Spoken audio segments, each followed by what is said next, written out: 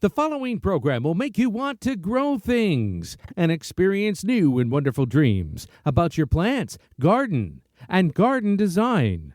Listener participation is always strongly advised.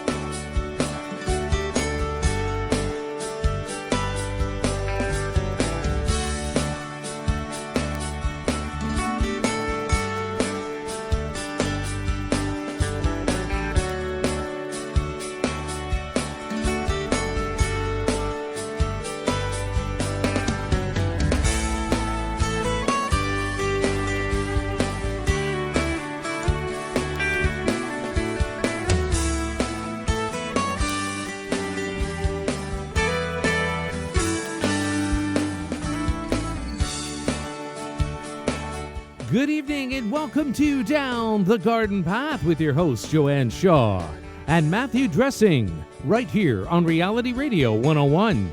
To get on board by telephone dial 905-725-1907. Toll free in North America 1-866-905-7325. Worldwide 1-866-656 5477. Send us an email right now. Our email address is instudio101@gmail.com.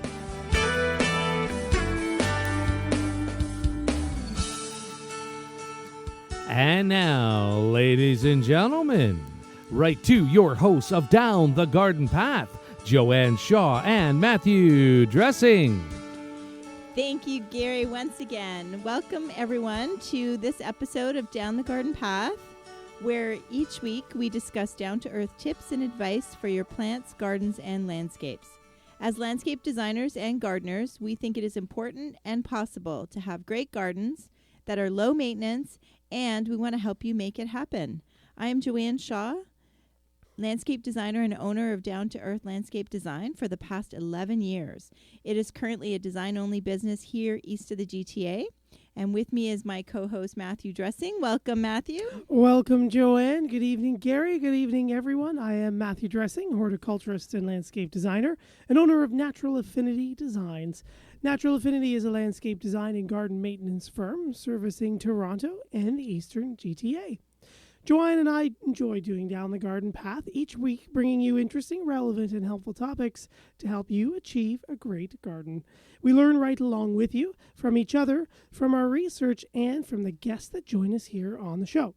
As always, we welcome your questions via social media, emails, or phone calls.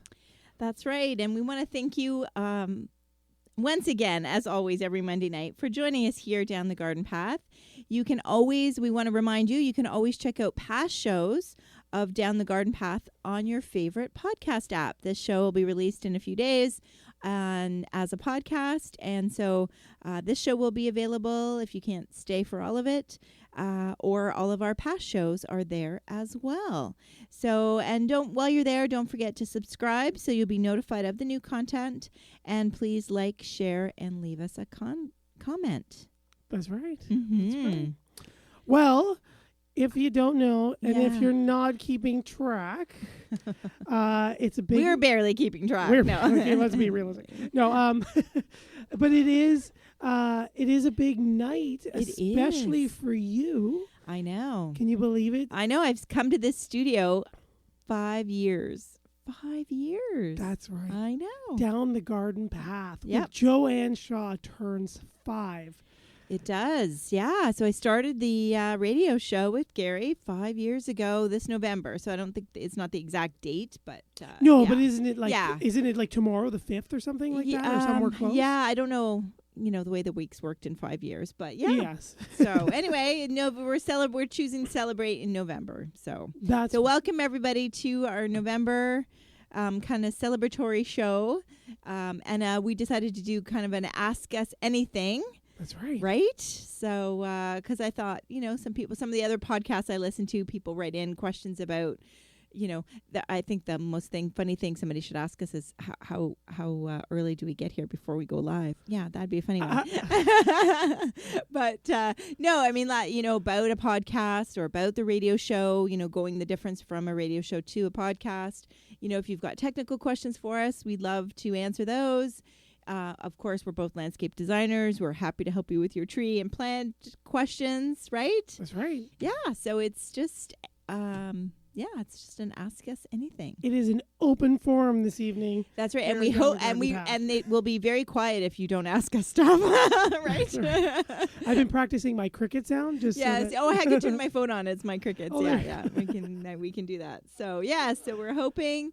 I know I put it out on social media. I don't know if people. I'll check while we're doing the show if anybody posts questions on Facebook or Twitter. But you definitely please write in to us here in the studio at instudio101@gmail.com. And if you do want to call, I know I don't know, have we had a caller? I don't think we've had a caller. No, we've never had a caller. Yeah. So local in the GTA is 905-725-1907. And in North America, it's 1-866-905-7325. That's right. Yeah, so we'd love to hear from you. We'd love to hear Well, from you're going to you. hear from me. First of all, congratulations. Oh, thank I you, have Gary. to play stupid. I didn't realize it was 5 years. That's I okay. apologize That's because all right. we could at least had a cake. Yes, But that's okay. but I have a question for Matt and the galley. I can't seem to find the regular coffee because but we have do you like hazelnut? Oh, I love hazelnut. I'll make hazelnut instead. Ooh, Sorry that'd be about that delicious. because No, I don't Yes, so that's a good question people could ask us. Gary spoils us with amazing Gary and Elaine. Sometimes it's Elaine. Yeah, but me, I'm a terrible coffee maker. But normally where the coffee is for all my life, it's not there. So we're either out, and she is shopping now. That's probably where she's gone, right? Yes. Or it's moved, and I doubt it's moved. So so hazelnut it is. Hazelnut is And congratulations on 5 years. Can you believe that? We have I can't believe that. Well, you and I have spent 5 years together. Matt joined us midway through. But right. Yeah. And I apologize because Joanne notified me that it was 5 years, and I didn't get the message because I must have been so busy today or whatever. No, that's okay. But I just want to, for all your listeners, congratulations for 5 years of making the world a better green thumb. So, I'll be right back. Okay. Thank you, Gary. Thank you, Gary. That's right. So write in studio101@gmail.com. Wish her a happy anniversary show. And being as it is the anniversary show. A celebration. A celebration. Yes, a celebration of the show. Are we doing 5? Are we doing... Yeah, let's do 5. Let's do 5. So we have 5 fun little garden-related swag things here with us in the studio. Garden or landscape related. That's right. That's right. So everyone who writes in... Yes. And says, do we want them to say anything? Where you're from, we love to hear that. Yes, we love to know where you're from. And if you've been a long-time listener, a favorite show, a favorite topic, something. But please write us in or, certainly ask us a question. That's right. And you will be entered into the draw. And we have some goodies, yes, to give away. And in honor of the 5th anniversary, we thought we would give 5 things away. That's right. So in studio 101@gmail.com enters you into the studio or the draw. Excellent. Yeah, exactly. So what is going on in your garden in November? Anything? It's been pretty warm. Yeah, it has been warm. I planted my garlic. Oh, yeah. I planted. Did I mention last week I planted the bulbs, or that I just got the auger? Would you remember? I think you just got the auger. Okay. No, I don't remember. maybe not. I know. Yes, I planted garlic and bulbs in the front yard, and then I had one more I planted in the back in the vegetable garden. Nice. Right. Nice. So I did that, and our tomato. He still had a tomato plant that was still green and lush and filled with tons of green tomatoes. But I just I got rid of it. I just pulled that out yesterday. Yeah. So and I have to say I still have a ton of fall color. My London plane trees still have their leaves. Still lots of color, even despite the wind and rain. All my shrubs still have color. Just all holding on. Yeah, they're still all holding on, so that's great. So so I'm happy about that. I mean, the hydrangeas are certainly turned. They're not, I can't really bring them in anymore or cut them, kind of thing. But so that's what's happening. That's what's happening. I think chipmunks have once again moved in under my steps in my front of my house. Yep, we didn't have them for last year, but we had them the 2 previous years, so they're overwintering. It looks like underneath my steps. So how about you? The balcony is closed. Balcony is closed. It's done. The garlic is planted. Okay. The window boxes. I think I may have one more to clean out actually, but nothing really happening. Just hoping on the garlic. We're going to try that as a container. We had that in our garlic and bulb show. Okay.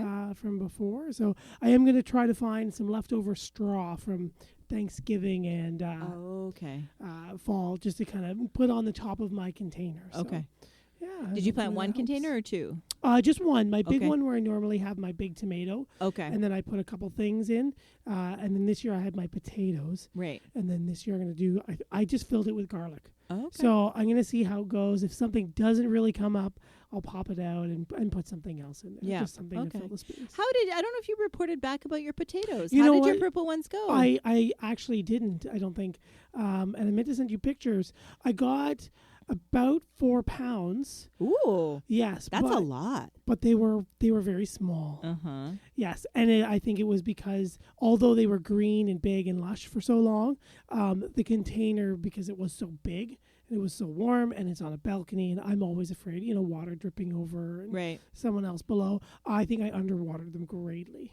Ah. Yes, so they weren't fattening up to get nice and fleshy. They had a beautiful color because I did Russian blue. Okay. So I like to do.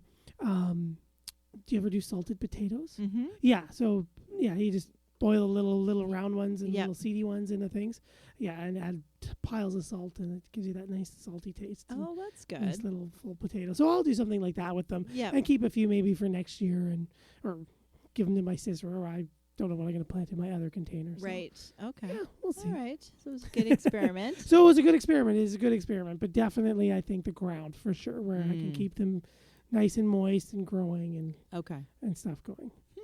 Okay. Yeah. Good to know. So that was the potatoes. Excellent. Oh.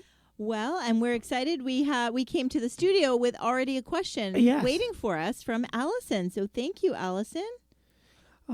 Let's see. Have you read it? I have not. Oh, yep. There we go. Do you want to take it away? You go ahead. No? Okay. So Allison says, my question relates to the recent talk of trees. Is it too late to plant one in the central Ohio region? I still see some for sale. I'm not sure to risk it.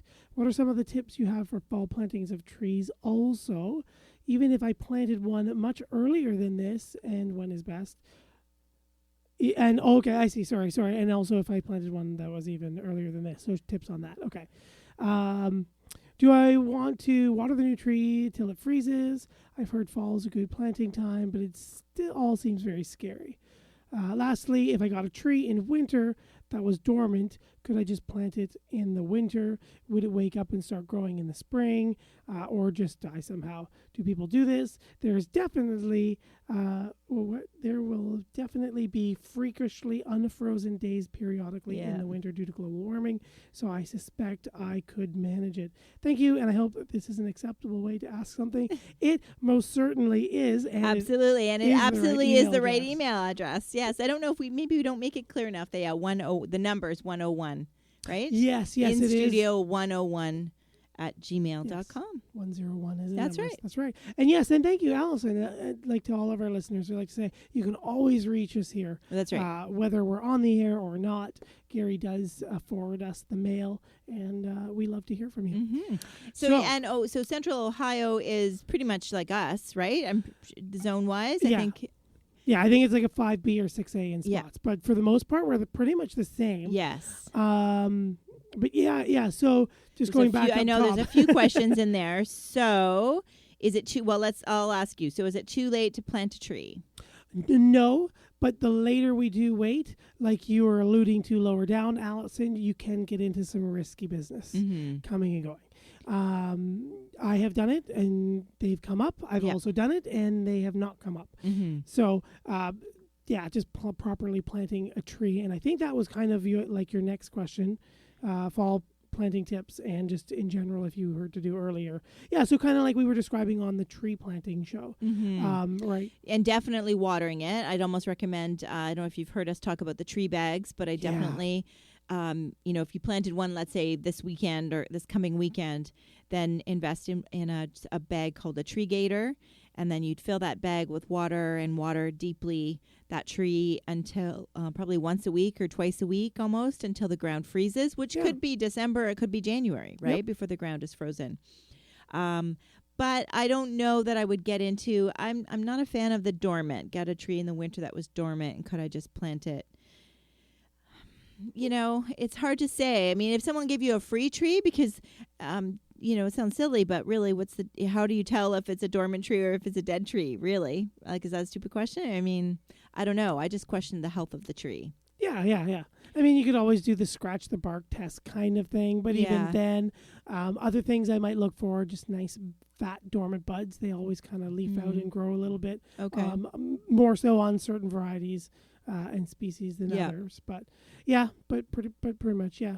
Yeah, I would definitely go to a reputable garden center or a nursery where they've had the trees and they know that they take care of them. Right. And not like the tree in the corner on sale at the big box store. Right. Don't that's not. I mean, the other option there is if you got that and it was $10 and you couldn't pass it up, then I would almost dig a hole, keep it in its pot. Yep.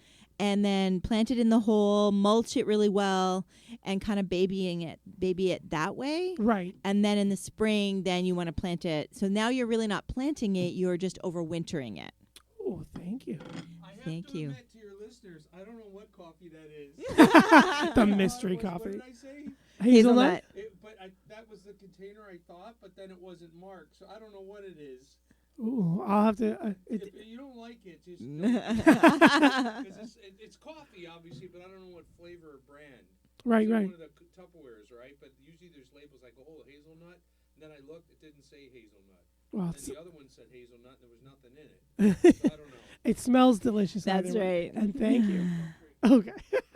Sorry about that, everybody. Yeah.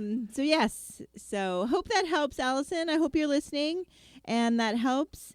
I mean, I think, definitely watering it, mulching it would definitely help.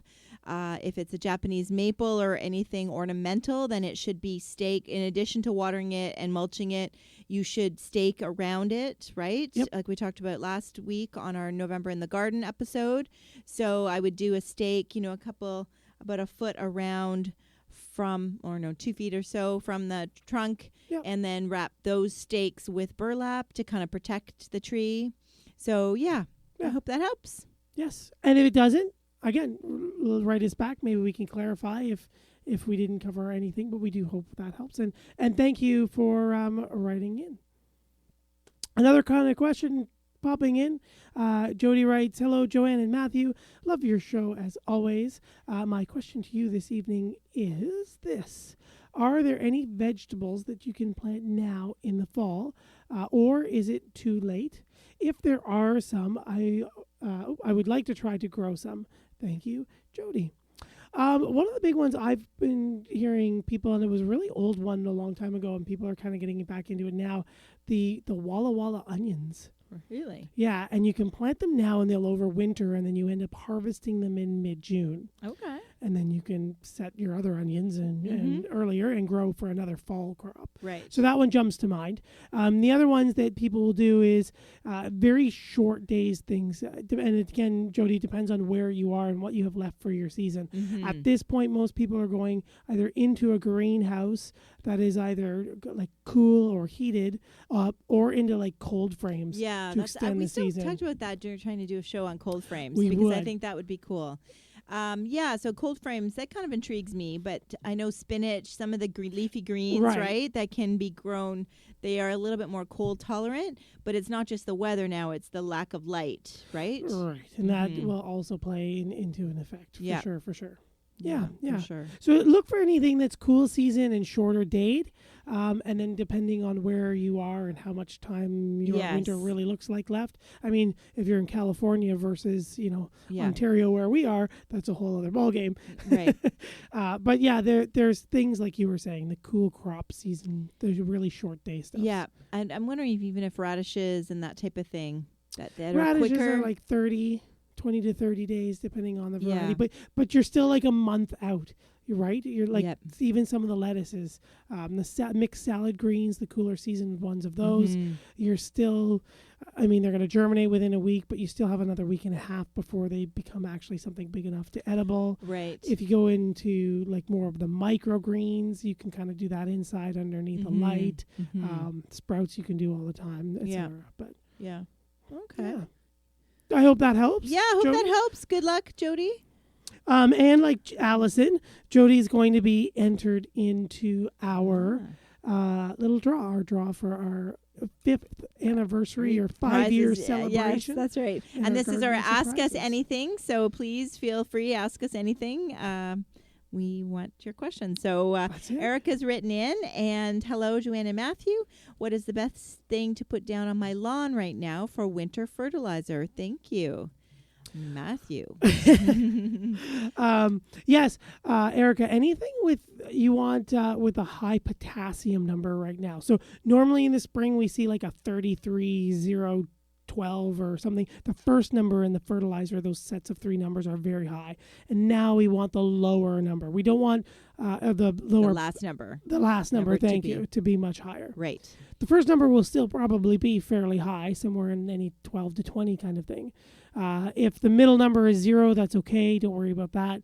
But the last number, that potassium, that's what we want, a higher one. And basically anything that says fall is going to be winter, because not everybody realizes that there's a winter fertilizer right now. Right. So you can definitely still put it down. I know where we are, most certainly the grass is still very green in some places. It's moist. The ground is still taking the fertilizer. So you can definitely put down another, just whatever you had in the fall, you can do again for your winter. Yeah. And we do kind of lean towards the organic. If you're just buying something new, then buying an organic fertilizer, Erica, just because it is going to really be a slow release. Yes. And that's good, because so then now you're kind of fertilizing this winter, but then you're going to get a jump on spring, because chances are there's going to be still some fertilizer to break down, right? That's right. In the spring, whereas the more synthetic ones are super quick. So they're going to just be gone, or the snow and the water and the rain is going to wash them away much quicker. So the organic might be a little bit more expensive, but I think it's a good investment to consider. Yeah, definitely. And it'll enrich and help the soil underneath the grass, which without ripping up the sod, you can't really amend anymore. Yeah. Okay. Questions are coming in fast and furious. Excellent. Ken writes in, hello, Joanne and Matthew. Thanks for taking my email anytime, Ken. And I have a very large flower pots, 24 inches in width on average, and I have ants in them. How can I kill the ants? I've tried everything, including flooding the pot with water, and it doesn't work. Should I use an insecticide? That's a tricky one. That is a tricky one. My first question, Ken, is do you have something in the flower pot that you want to keep for the winter? Are you wanting to bring them inside? Right. And that's what my initial thought. It does sound like you've got like a tropical or something you want to save, and you don't want the ants to suddenly warm up super and just like take over the house. Yes. Yeah, there's always like the borax kind of thing where you put out little borax on cotton swabs and they come and collect the sugary one. I like John Robertson from Natural Insect Control. I've spoken to him, and he's kind of told us a story in the past about ants in golf courses where they will actually take their nematodes for white grubs and water it into where into the soil where the ants are. And the ants will recognize that there's a predatory nematode that goes after, and we know it goes after little white fleshy things, but they are afraid of their ants, the ant eggs that are kind of white and fleshy, and that the nematodes might burrow in and eat them, type thing, or any of the other ant larvae. And they will actually evacuate the immediate area. They'll leave the greens on the golf courses. But it's late for nematodes now anyway. It is. It's tough to find them, and that's the tricky part. The best way actually, Ken, might just be digging them up at the moment. And as best you can without disturbing the root ball, remove them away from the ants that are in the container and just expose the ants and put the plants temporarily into another container until you can reclaim the other container. Yeah. That's probably your easiest and quickest way to do it. But again, write us in. I'm not sure what plant you have or where you are, and that could change things. Yeah, but for sure. Thank you, Ken. Oh, is this down the garden path? Yes, it is, Allie. Thank you. Thank you, by the way. I'll have to see. Oh. Okay, that's the same. Is that the same person? Yeah, Sorry, that's Allison who wrote in earlier. Okay. Yes. Okay, so Allison wrote in about the trees. And she says she has one other question. I know it is a cardinal sin, but if I say my mom already made a leaf compost pile without shredding the leaves, is it okay? Close to okay, totally awful. She also put coffee grounds in, which helps, but will it be enough? Yeah, you should be fine with that. Yeah, I think you should be fine with that. Yep. Remember, Mother Nature just drops the leaves and they compost by themselves. Yeah. But yeah, just making sure, again, you have, a good amount of dry stuff to green stuff, the wet to dry ratio to kind of speed it up. Yeah. And you can always, if it's in an area where you can run the lawnmower over it a little bit, right? That might help them break down a bit. Yep. If that's what you're concerned. And you don't want to, I think adding some coffee grounds is good, but I don't think you want to add too much, right? Like I think you want to, because you also don't want to attract critters. Right. So there's a fine line there, isn't there? Yes, there is. And now's the time where the critters are looking for warmth, especially in our area at night, and they're trying to come in. Warmth and food. And so if you get into there, they might nest. But that might not be an issue either. You could have 2 acres. Where your mom is. Yes. So just make sure it's not just one big wet pile of very green, still alive kind of stuff. You do want a little bit of a balance with both. Or you can also add some worms in there and have them eat through all the leaves. They'll do it very quickly. And they can eat it and compost down. And that's where it's good to just throw in like green banana peels or peppers and just like very fresh vegetables scraps into there. They'll just pile through all of that. Okay. Yeah. But that's again if you're not concerned about critters. Right. Again, no critters and timing isn't a thing. And yes. So, good. Yes. So most certainly you're perfectly fine, and nature will do its thing. Make sure you turn it, and keep her going. And you should have some great food for the garden. Excellent. Thank you for your question. Yes. Second question, Second Allie. question. Do we enter her twice? Yeah, no. Sorry, Allie. So Charlie's written in too.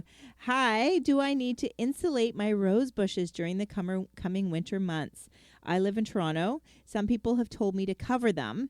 This will be my first winter with them, and I'm not sure if I should. And if I should, how do I do it? Thanks. So my first question, Charlie, is if you have a second to tell us what kind of roses, exactly. Right? We kind of need, because it does change depending on your roses. I would say carpet roses and shrub roses. No, you don't have to do anything really. You can do a little bit of mounding, but you don't really have to do anything. You certainly don't have to buy any styrofoam or any fancy thing for doing that. Same kind of thing with like the big climbers. You can mound along the bottom if you want, but they're going to just do their thing. Because they're hardier. Right, and they tend to be on their own rootstock and come out of the ground and do their thing. That's right. Yeah, but when you get into like the grafted ones, yes, like your floribundas, your hybrid teas, your grandifloras, some of those weirdo ones, yes, or the more classic, I guess, stereotypical thought of a rose. Yeah, I think classic is more. So let's say how we do it. So while we're waiting for Charlie to write back, how do we do it? That's right. So we just want to, Charlie, protect the graft on the rose. So a lot of the ones that we do want to protect, we're protecting because the rootstock is hardy here, and the top of the rose is hardy here, but the top of the rose's original roots are not hardy here. But it's a very beautiful flower. We really love it. We're going to produce it, but so we can graft it to a different rose rootstock. And that graft becomes the like Achilles heel of the roses. So just if you are mounding roses, Charlie's just written in, they are carpet roses, so you really don't have to do anything. Yeah. But if I don't even trim mine back, Charlie. Yeah, I don't even touch it. Yeah. I have several. Yes. Yeah. So if you do have the grafted ones, or if you Yes. have one of those Yes, ones, for anybody else who's listening who has a grafted one. right, you'll often see rose collars or the styrofoam rose cones or the rose huts. Really, we just want to mound 6 to 8 inches of mulch and or soil with leaf debris, something like that, to insulate and protect the graft. Once we get a really hard frost in your area, that's pretty much the good signal that we're going to stay frozen. Okay. You don't want to do it when it's warm, Right. because it's convenient and it's nice outside. Because what happens is when you cover the graft starts to sweat, and again, it's the weak spot. Right. So you can cause the graft to fail, and the top will die. The roots will not, but the roots will usually give you some weirdo shrub rose that might be Yeah. a species or something completely different that you didn't want to buy in the first place. Yeah. So, and then once we start to see it kind of become warmer during the day, we start to hit the single digits.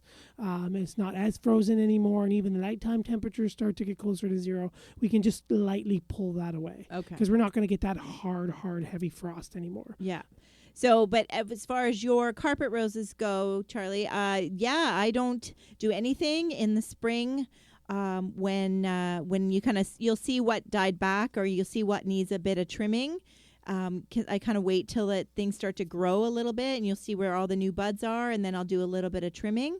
But yeah, I find the carpet roses are super hardy, and there's very little. So those people that are telling you have to do something, you can ignore them, right?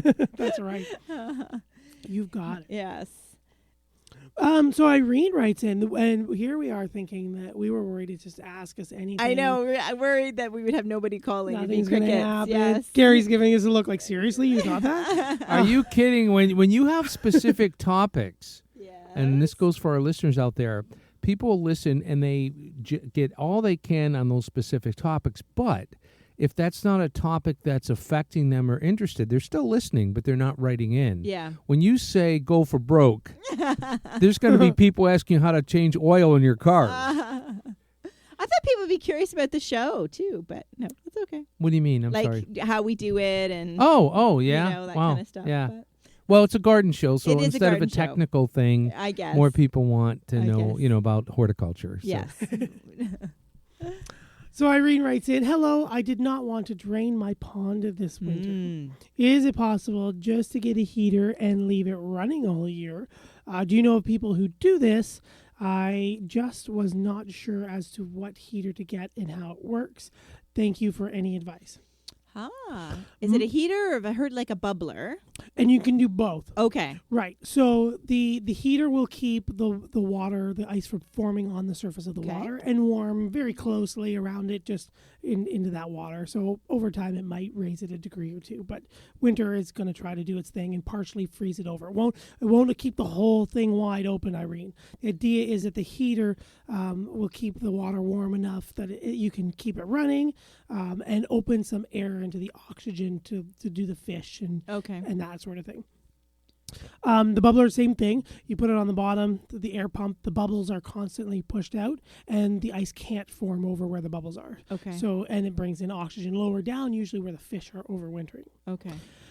Do we know people who do this? Not sure what area you are in. I don't know anyone off the top of my head. However, my first thought was Ernest, one of our past guests, Yes. pond expert extraordinaire. I rely on Ernest huge. He's amazing, but he works for Aquascape, and they're big on YouTube and in the States and Canada. So if you go to Aquascape Inc., so Aquascape,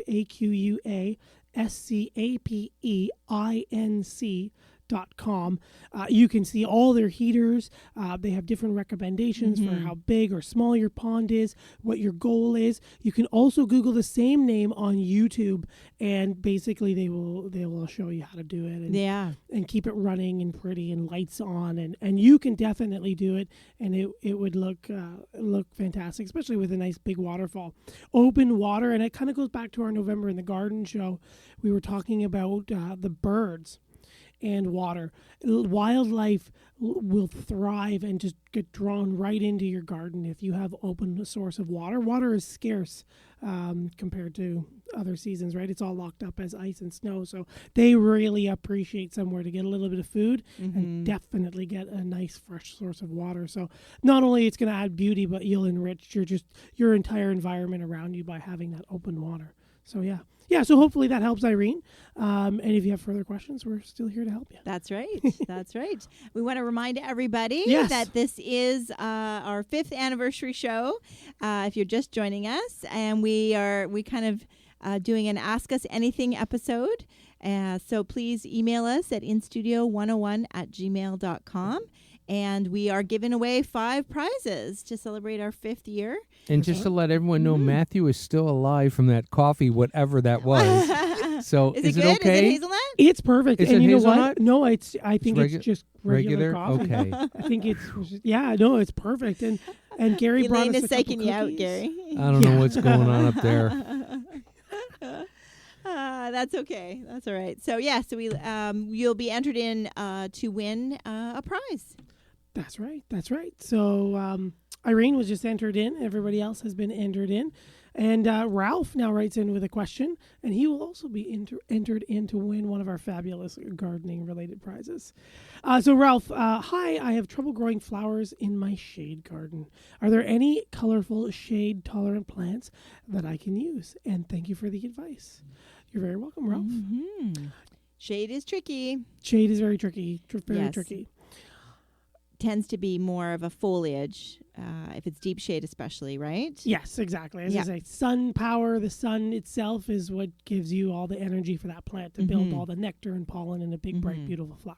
So there are ones that will do it in the shade, but they usually, like Joanne said, they usually won't rely on a big, massive display to get their point across. It's going to be texture and foliage. Like hostas are so popular because, the textures and the foliage color, right? But definitely there are lots of things that you can add some color. So, I mean, blatantly they're all the shade annuals. So do we have to talk about do you want to talk about that? No. No. So okay. So you do perennials and I'll do shrubs because that's how we always. Okay, there. Yes. So what are some perennials that'll work? So I mean, obviously hostas, another foliage, coral bells for some bright color in the thing, into the shade. I like annuals and Joanne doesn't, so I like throwing in some annuals. Yes. But perennial ones, some of my what are some of my favorite ones? Oh wow, gosh. I'm so I on know. the season. Lungwort and Brennera are Yes. 2 that do have a spring flower, kind of a periwinkle spring flower, but they also have an interesting leaf as far as foliage goes, Ralph. Yes. So they're kind of a neat one. They're kind of low, but early spring bloomers. Yep. Right? And if you're doing hosta, then think outside the box. Don't do the green and white one that everybody always has. Yeah. Look for a blue one. Look for a blue and green one like guacamole. Like look for some, larger, more impactful hostas. And they do have big leaves. I'm not a huge hosta flower fan, but if it's really shady, let it flower and those, they can contribute to being flowers. Sorry, That's right. I jumped in on your perennials. No, go for it. I was writing names and my brain wasn't quite into it yet. Turtlehead? Turtlehead's one of my favorite. It is Okay. a fall flowering one, 3 to 4 feet. Little, like the head looks like each flower on the stalk is the face of a turtle, Right. which is really cool. And you can get them in pinks and whites and varying colors there as well. A columbine. Columbines, yep, Yep. for sure. I mean, there's the classic bleeding hearts and whites, reds, and I've seen a recent one that's black. So that would be interesting. Yeah. There's a number of varieties of cranesbill as well. They don't bloom as long. Right. Well, there's the native one. Isn't it the big root? Right. That one can be a little aggressive, but Yes. so if it's a shady area that you really want to get under, really throw something at it who's going to grow in a tough, shady spot, then it's called big root geranium, perennial geranium, a cranesbill, and it's got a pink flower, kind of a fuchsia pink flower. That's right. Yeah. That's right. Shrubs, Annabelle hydrangea, you're going to have to really water it the first little bit. So dry shade is a bit more challenging for it. But Annabelle hydrangea as well as the Northern Lights azaleas will get you some spring color. So they're really hard. They're much hardier than the other old-fashioned azaleas. And they come in some neat, some oranges and some fuchsias and some reds, so they've kind of come in some neat colors, but they are an early spring. So I think if with some careful planning or landscape design, you can kind of have color happening all throughout the season. That's right. Yes. That's right. And if it's not flower, there's definitely lots of foliage. That's right. And I think of Japanese forest. It needs a bit of sun though. The Japanese forest grass. Yeah. Yeah. So there you go, Ralph. Hope we gave you lots to help you there. That's right. Erica's writing in. Hello, this is my very first time I am listening to you from Winnipeg, Zone 3, Yay. Winnipeg, Manitoba, Canada. And what luck. I can ask a question. Yes, you most certainly can. Is it a good idea to prep my garden soil now in the late fall with manure, compost, bone meal, etc.? A friend of mine told me that it was okay to do so and was actually good to. And another friend told me that it would be a waste of my time and money and to wait until the spring to do that. Who wins the pizza? What, giving away pizzas for? Yeah. We're moving to Winnipeg. No, but Erica, yeah. We like to say in our November in the Garden show, and you can definitely tune in to past episodes on your favorite podcast app. But in our November in the Garden, we do recommend adding like a compost. You can definitely prep your soil, enrich it with compost. Something high in organic matter is the best compost. We love it. But yes, you can use shredded leaves, anything to kind of top up and amend the soil right now. Usually you don't have to do bone meal. That can be, it's a great product, don't get me wrong. But in large amounts for a large surface area, it can be kind of expensive to do. And if you've got a really good compost, you usually get the benefit of what's in the bone meal already. Yeah. And you can let your friend know what we kind of like doing this stuff in the fall because you, for the most part, know what you're going to get, right? Whereas the spring, sometimes the ground, it takes so long, even if it's not raining and it's not a rainy spring, but the ground, by the time the snow melts, right, you'll know you're going to get a ton of snow in Winnipeg. It takes forever for that to happen. And so when you really want to get out there to start doing that soil prep, the ground is too wet for you to still walk on, and you're doing more damage by compacting the soil. So that's why we feel like getting a jump on it in the fall is a little bit better. It doesn't mean that you can't do it in the spring. I just think you've got to balance it, right? Yes, exactly. A lot of people do come in and they're really excited and eager because it's warm and they can finally get outside, and it's just one of those things you don't have to worry about anymore. That's right. Right. And so yes, it's up to you, Eric, whichever you want. But I say you get the pizza. yeah, I say your friend with the fall gets the pizza. That's right. But technically, I mean, they're both right. You could do them both times. Allie writes in again. Thank you. She's not in a big area, pretty suburban. Okay, so the compost pile, we aren't too worried about animals since they're mostly leaves. Have a good night, you two, and thanks for the advice. Well, thank you, Allie, for writing in. Right. We've enjoyed our conversation, and we hope you enjoy the rest of the show. Yeah, so perfect. Yeah, so just watch again. Yeah. Excellent. Anyways. And so we've got another question. Yola has written in, hello, Matthew and Joanne. I wanted to tell you both that I totally enjoy your radio broadcast every week. I've learned so much from you. I'm always listening to you with my 2 daughters who have green thumbs. We love your guests and topics. Thanks for another great growing season of shows. They are the best, Yola. Thank you so much, Yola. Thank you, Yola. Yeah, that's wonderful. Thank you to both your daughters for tuning in and enjoying the show. Yeah, we're excited that another generation. That's right. Mm-hmm. Oh, this is a good one. Okay. So here we go, Gary. Finally, something outside the horticulture question. Justin has written in, not a gardening question, but here goes. Does your radio show ever go on the talking circuit, like gardening shows, community garden clubs, etc.? That would be good to see you. I am going to, Justin, sit here and have my coffee in hand and look at Joanne and wait for her to answer the question. Coming to this, right? We'll say coming. We do. Well, we've done it separately. We haven't done it together. Right. As I have pitched you the idea of going live at a garden center or pre-recording something and she just doesn't buy it. Yeah, I just don't want to do that. But as far as speaking goes, yes, I do speak at horticultural clubs in Durham mostly, and you do as well. Yeah. Yeah, so we have done that. We should do a radio tour. We've done it separately. We haven't done it together, right? We haven't done we talked about it though, Coming but at we the haven't done it Ajax together. Convention Center, down the garden path, with celebrity hosts Joanne Shaw and Matthew Dressing. Tickets now $20 and $25. The first 500 people. Right, that's what we should. See, Gary. Yeah, look what you started, Justin. Right there. Yes, thank you, Justin. So, I'm happy to do it. I live in Pickering, so I've done a lot in Durham. I've spoken in Oshawa, I've spoken in Ajax, and I've spoken to Brooklyn. I'm speaking to Brooklyn in, I believe, August of 2020. I'm speaking to Brooklyn Horticultural Society. So we do. If you are part of an organization that's looking for speakers, then please let us know. Yes, we would both love to do it individually and or together. I can twist her arm and do it together. Yeah, no, that's fine. I mean, yeah, we can do either. Sold. That's right. Justin. That's right. So thank you for that question, very much. Yes. Yeah.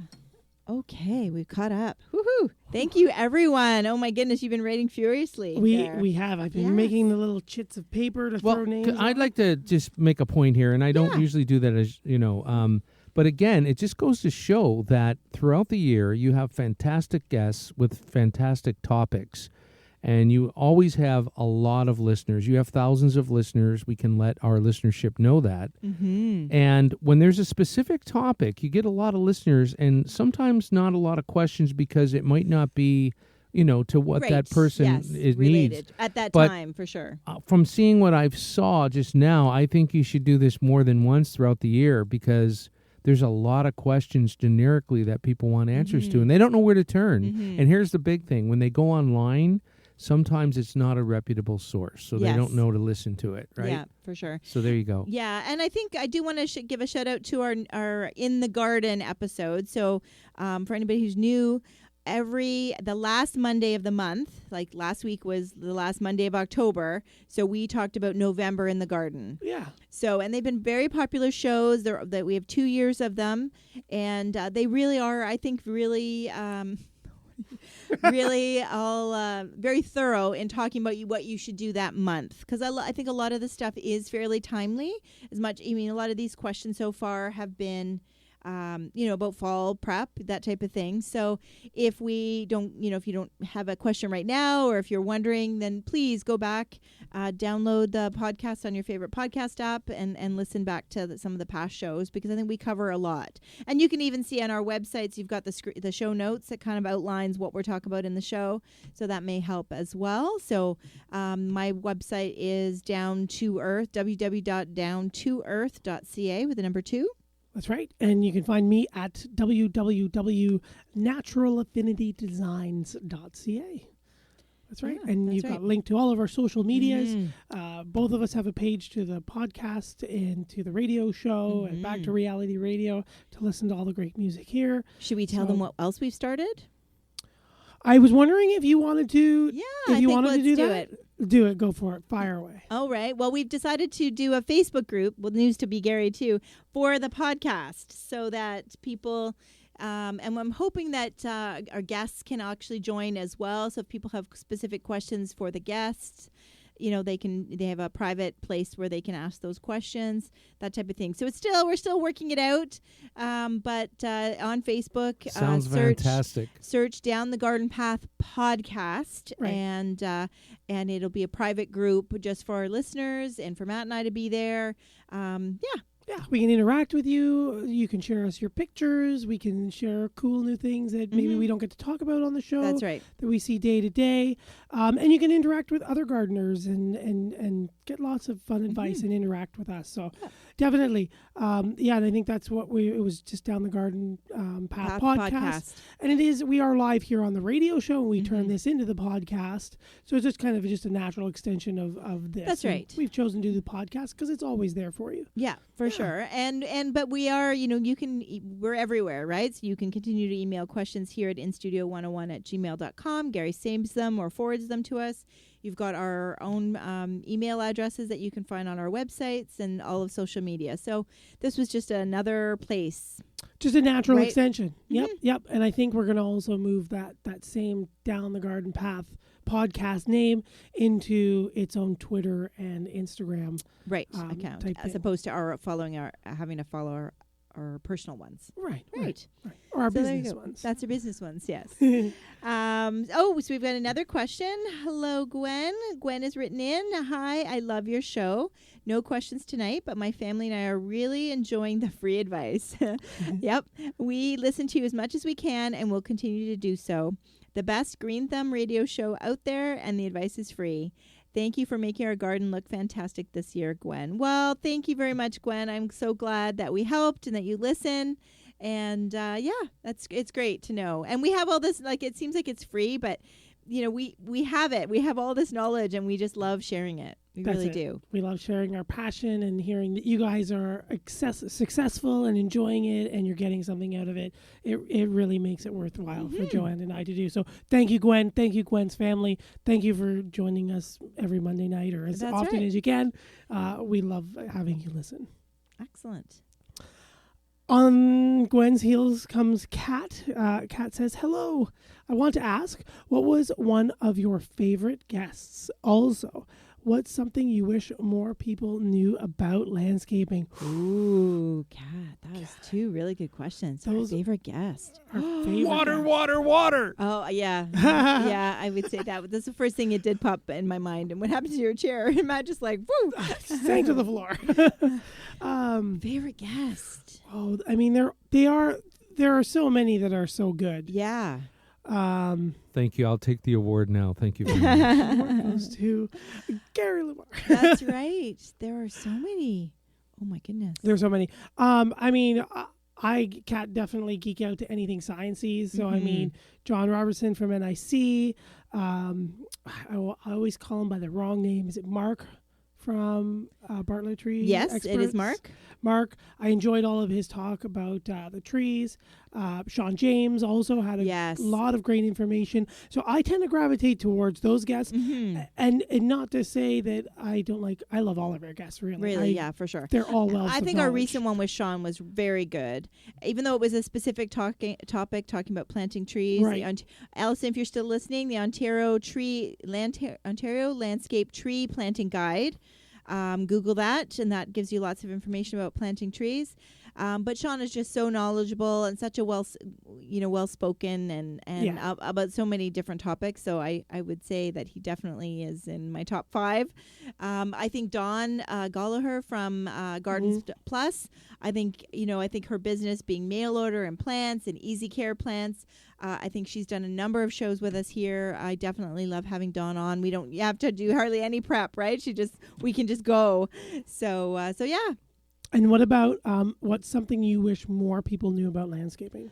I think it is the water. I mean, Gary, I think you're right. I mean, we do talk about that, right? I think it is the water. And I think, I think it is watering that people need to know that they need to do it more, not relying on rain. And just because we had a ton of, so what happens a lot of times is we had a ton of rain in May and maybe the beginning of June, and people are like, oh, we've got so much rain with so much rain. But then by mid-July, it's like hot, and people think, oh, we've had so much rain, we don't need to water. Right. So yeah. I agree with you on the watering. And Okay. I'm going to take it from another spin. Just from the garden center side of things, is when people bring in their houseplants inside. And or just having just in general indoor plants. We think that, especially I see it especially when they bring them inside, it's been outside in a container, it's summer, it's hot, it goes through all that water, and you're watering it like every day, every other day. But when you bring it in around Thanksgiving or whenever it gets cool, everyone keeps watering it like it's summer. Right. And being tropical, these guys are not used to our short days. So then fungus gnats erupt, root rot goes crazy. So just kind of knowing that plant and knowing that watering changes, much like you were saying, right? Spring to summer. Right. Same thing with me, I guess, going summer to fall and coming inside. Yeah. Okay, that's a good one. And I think I'm going to say another third thing, and this goes back to my days. Well, my customers, as well as my days working at garden centers, is the patience. People need to have patience in the spring. And just because garden centers and stores give you that free warranty that you can bring back your dead plant, don't wait, because it's heartbreaking to see people come in with things that we know are not dead. They just haven't grown yet, or we haven't had the warmth yet. Rose of Sharon, ornamental grasses, roses.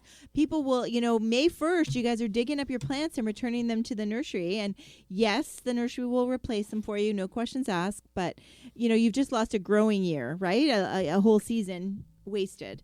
So please be patient. I don't think you should return anything till maybe mid-June. Give it to June 15th, June 30th. and really wait till we get some sun and some warm nights before you determine that the plant is dead. Right. Like plants, I like to think plants like us, we're all individuals. We have all our own needs Right. and things that stimulate us and get us out of bed in the morning. And the same thing with the plants. They're That's all right. their needs, and they all kind of take their time. Yeah. And those are things that you can always snap a picture of. That's, I think, another thing for the Facebook group is in the spring, snap a picture and say, is this dead? Oh, my goodness. That's right. Is it a 2-hour show, Gary?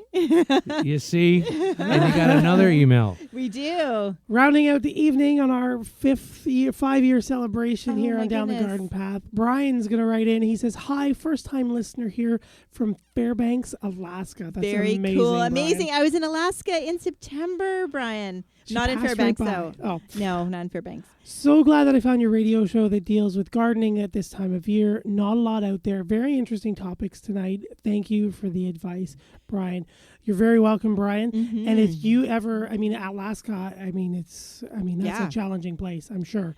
And gardening is going to be completely different than everywhere. So if you ever have any questions or you want to share any pictures or have any ideas for topics that you guys come up with way up there, we would love to, address them, find guests to talk to absolutely. them and explore those areas and learn right there with you. Mm-hmm. And you can check out our podcast since you're new, Brian. We do release the show all past 2.5 years of almost, or 2 and a bit years of past shows on the Down the Garden Path podcast. That's right. Excellent. So we are running out of time. Thank you, everybody, for all the support and for listening to us. And and now we've got some prizes. Let's quickly All draw right, 5 let's names as we quickly run to the draw 5 end. names. Woohoo! We're running out of time. You All got one, right. I got one. I've got one. All right. Jody. Jody Yes. wins a prize. I've got Eric. Eric. Congratulations. Excellent. Congratulations. Oh, I've got Allison. She Allison. did answer. We only put her in once. She did ask 3 questions, but we only put it in once. That's So it. congratulations, Allison. Brian, you know what? I gave it a stir and just put your name in, and I just picked your name. So thank you, Excellent. first time win. And lastly, you want to throw one in there? Oh, Do let's it. see. Last but not least is Ken. And Ken. Excellent. Very good. All So- right. So Gary will take care of that. Right? That's it. Yeah, just give me the winners and we'll contact them and we'll Okay. go from there. Absolutely. Okay, perfect. Perfect. So thank you, everyone, for tuning in. Congratulations, Joanne, on 5 years, I celebrating know. 5 years here on Reality Radio That's 101 right. at Down the Garden Path. Thank you for joining me on this crazy path. And we've got lots of fun stuff in store for you for next year, for 2020 garden season, right? That's right. We're hard at work at planning away. We are. And thank you, Allison, Jody, Erica, Ken, Charlie, Irene, Eric, Yola, Justin, Gwen, Kat, and Brian for writing us in and sharing this special night with us. Thank you, Gary, for helping us produce the show. And And, supplying You are us welcome. with really good coffee. And treats. Thank you very much. Yeah, whatever that was, I don't know. And we hope you all tune in next week to Down the Garden Path. I'm just waiting for the outro music There to we go. Thank you for joining us here every week on Reality Down the Garden Path here on Reality Radio 101. Good night. Thank you for listening to Down the Garden Path with your hosts Joanne Shaw and Matthew Dressing right here on Reality Radio 101.